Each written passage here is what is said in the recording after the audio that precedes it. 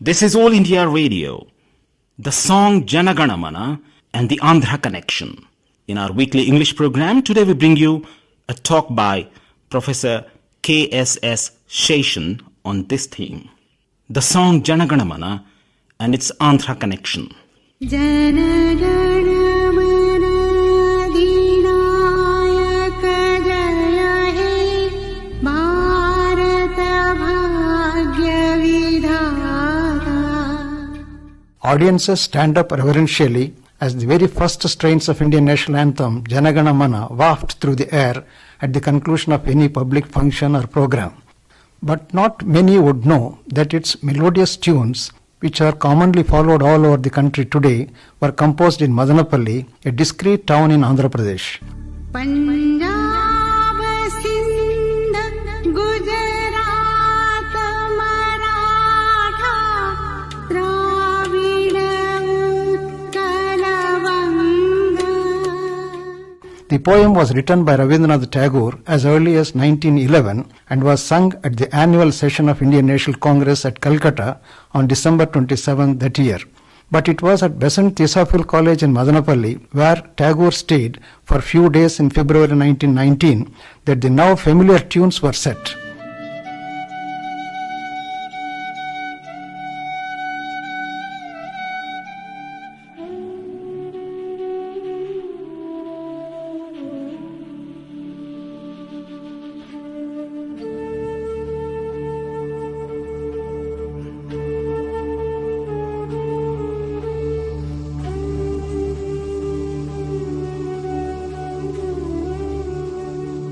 It was Margaret Cousins, the wife of noted educationalist James Henry Cousins, who composed the tunes for Jana Gana Mana.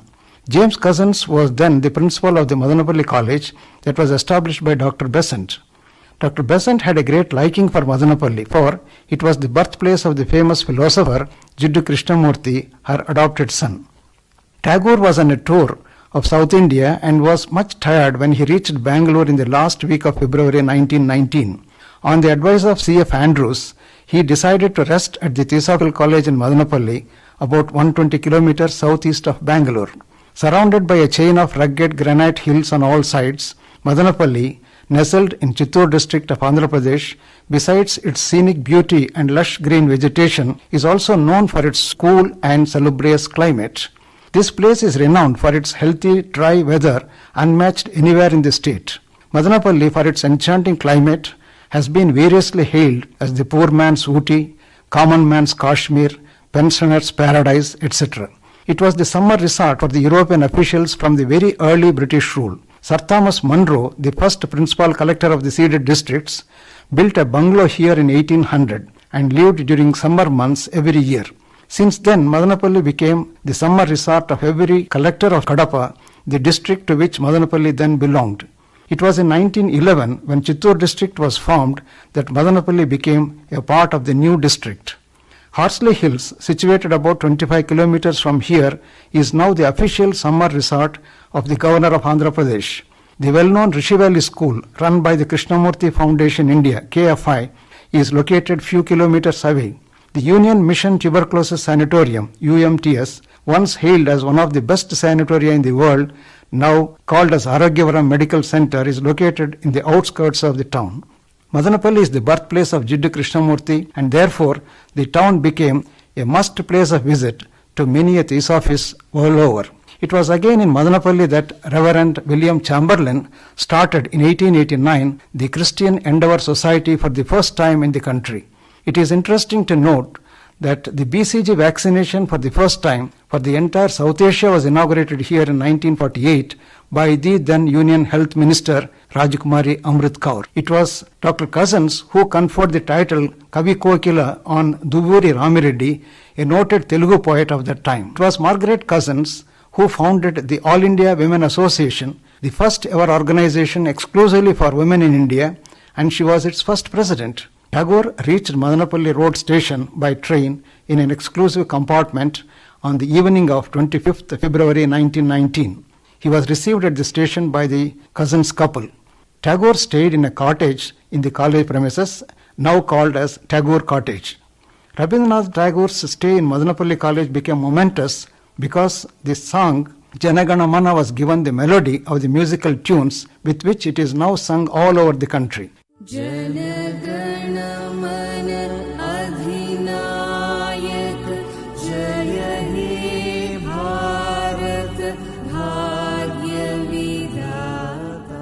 Till then, the song never had a uniform tune. People were singing it as they liked in varied ways with great regional variations. Then Rabindranath Tagore himself asked if he might sing one of his poems. Little did the audience expect that they were to hear a poem rendered by Tagore himself. जनगण मन अधिनायक जय हे भारत भाग्य विधाता पंजाब सिंध गुजरात मराठा द्राविड़ उत्कल बंगा. Writing about how the song was first heard by them as sung by Tagore, Dr. Cousins had recounted thus, I quote, "In a voice surprisingly light for so large a man, he sang something like a piece of geography giving a list of countries, mountains and rivers, and in a second verse a list of the religions in India. The refrain to the first verse made us pick up our ears. The refrain to the second verse made us clear our throats. We asked for it again and again, and before long we were all singing it with gusto. Jaya Hai, Jaya Hai, Jaya Hai, Jaya Jaya Jaya Hai. Victory, victory, victory to thee." I unquote. Tagore explained the nuances of the poem and indicated broadly the swara for the song. With the help of her girl students of the college, for whom she taught music, Mrs. Cousins worked on the tunes for Janagana Mana. She carefully studied the meaning of each line of the song and composed the musical notes. When she was ready with the final version of her composition, she spoke to Gurudev and briefed him on the swara she composed. Thus, the poet had approved the tunes, making it as the final form of his popular song, Janagana Mana.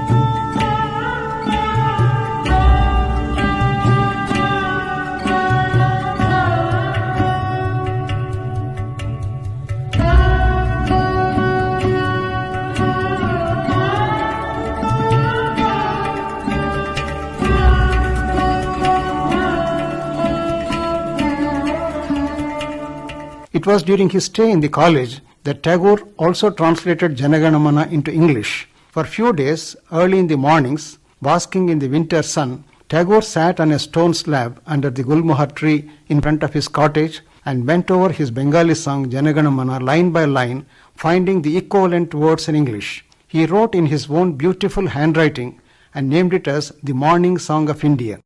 At the bottom of the translated version, he signed his name, dated it as 28th February 1919 and presented it to Dr. James Cousins.